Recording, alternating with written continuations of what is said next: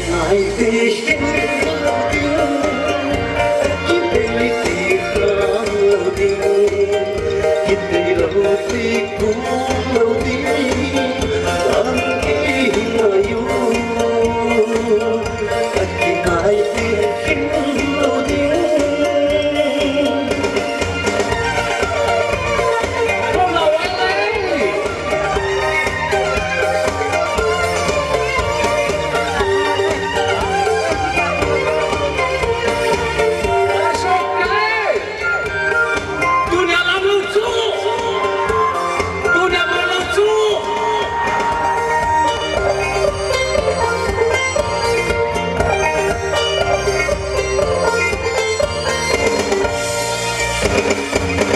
Phiên phiên lý cần phiên phiên nắng buồn đi lấy nắng buồn đi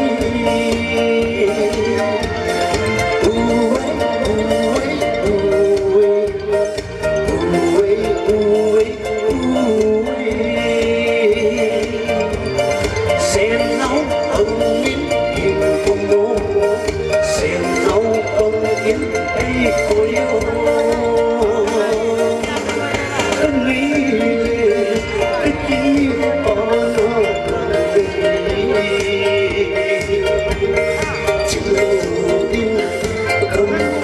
xin vẫn côi tình đi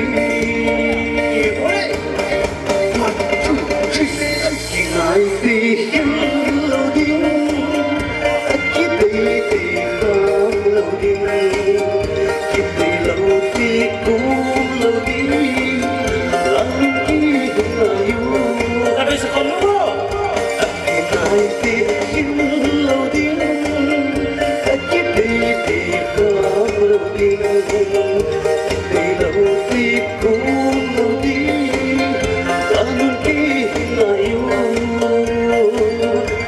chỉ ngại vì hiếm lâu đi.